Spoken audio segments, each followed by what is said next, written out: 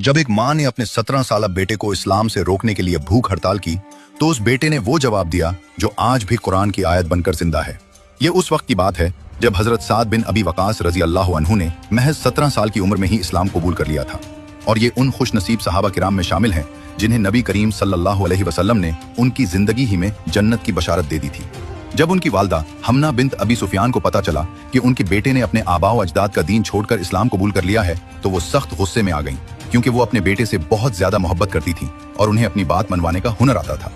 अपनी बात मनवाने के लिए उनकी वालदा ने एक अनोखी और सख्त किस्म की भूख हड़ताल शुरू कर दी और कसम खाई कि ए साद, जब तक तुम मोहम्मद सल्लल्लाहु अलैहि वसल्लम के दीन का इनकार नहीं करोगे मैं न कुछ खाऊंगी और न कुछ पीऊंगी, यहाँ तक कि मैं मर जाऊं। और अगर मैं मर गई तो लोग तुम्हें ताहियात, अपनी माँ का कातिल कहकर पुकारेंगे और तुम्हें हमेशा बुरा भला कहते रहेंगे। हजरत साद अपनी वालदा से बेपनाह मोहब्बत करते थे, इसलिए ये सूरत हाल उनके लिए एक शदीद नफ्सियाती और जज्बाती आजमाइश बन गई। दिन गुजरते गए, उनकी वालदा ने खाना पीना छोड़े रखा, यहाँ तक कि उनकी हालत गैर होने लगी, जिस्म सूख गया और वो निढाल होकर गिर गईं।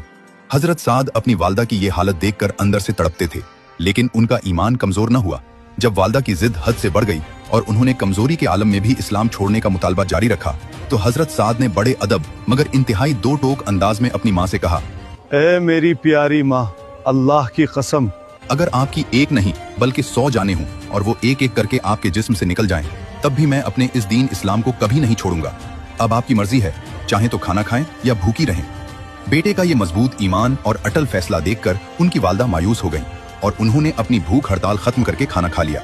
इस वाक़े के तनाजुर में अल्लाह ताला ने कुरान मजीद की सूरह लुकमान की आयत नंबर 15 और सूरह अल अनकबूत में ये हुक्म नाजिल फरमाया कि अगर तुम्हारे वालिदैन तुम पर दबाव डालें कि अल्लाह के साथ किसी को शरीक करो तो उनकी ये बात मत मानो, लेकिन दुनिया में उनके साथ हमेशा अच्छा सलूक करते रहो। ये वाक़या हमें सिखाता है कि अल्लाह की मोहब्बत हर रिश्ते से बड़ी है, मगर इसके बावजूद वालिदैन के साथ हमेशा अदब और मोहब्बत से पेश आना चाहिए।